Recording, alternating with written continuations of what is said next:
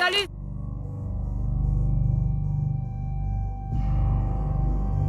Aujourd'hui, on parle d'un objet mystérieux retrouvé dans la forêt.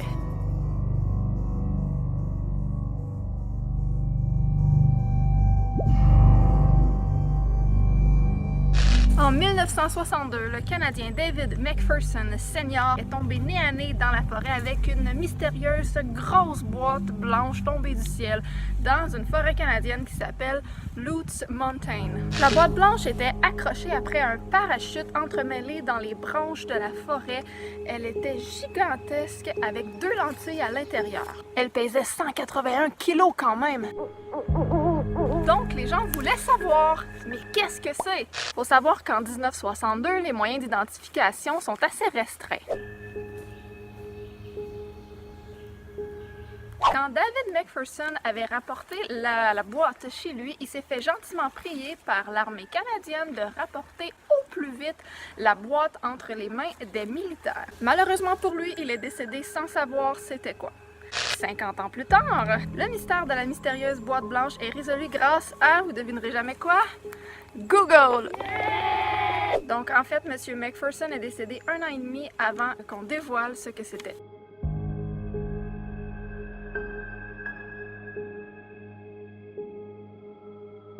On sait maintenant que la CIA était impliquée, mais elle ne pouvait rien révéler à l'époque, pour des raisons évidentes. Parce que oui, ça avait fait les manchettes à ce moment-là, c'était vraiment quelque chose de big. Ceci est une autre boîte similaire tombée du ciel retrouvée en 2013 près de la région de Québec, au Québec, Canada, en fait dans la région de Ponegamook.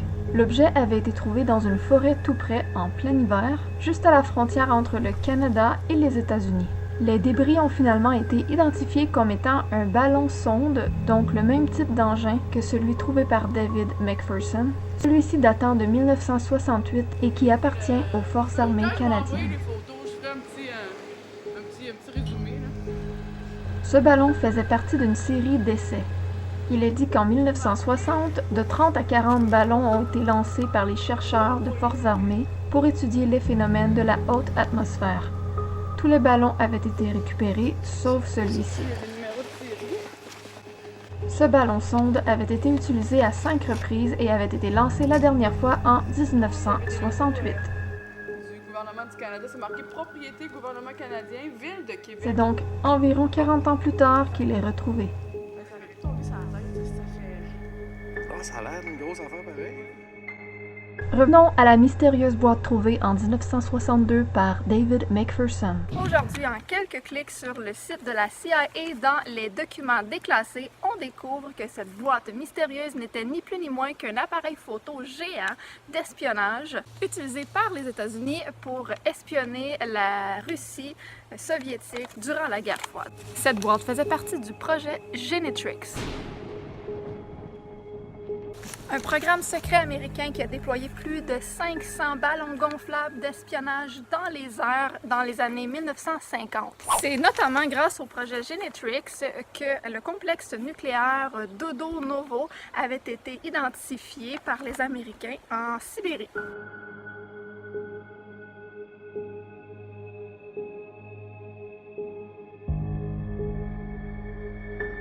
Seulement 30 ballons ont été retrouvés sur les 516 qui ont été lancés dans les airs, dont celui-là qui est peut-être un peu moins chanceux parce qu'il a été retrouvé dans une forêt canadienne, alors qu'on s'entend que Canada puis la Russie, c'est pas très proche.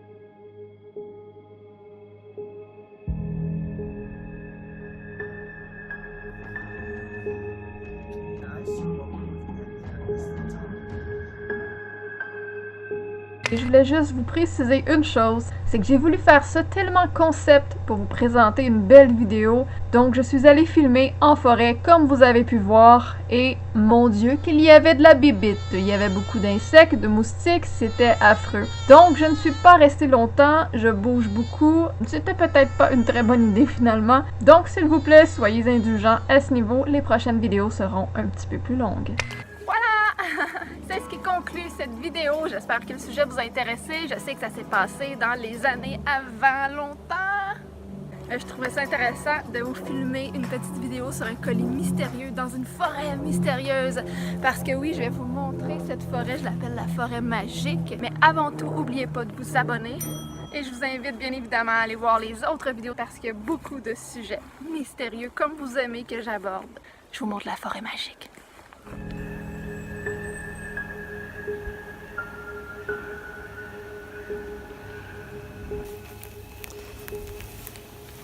On voit le tapis sous mes pieds. Le sol bouge, le tapis commence à devenir vert. C'est hot. Mais en fait, il vient vraiment vert fluo. Là, on est au début de la saison. Je pourrais vous mettre des photos.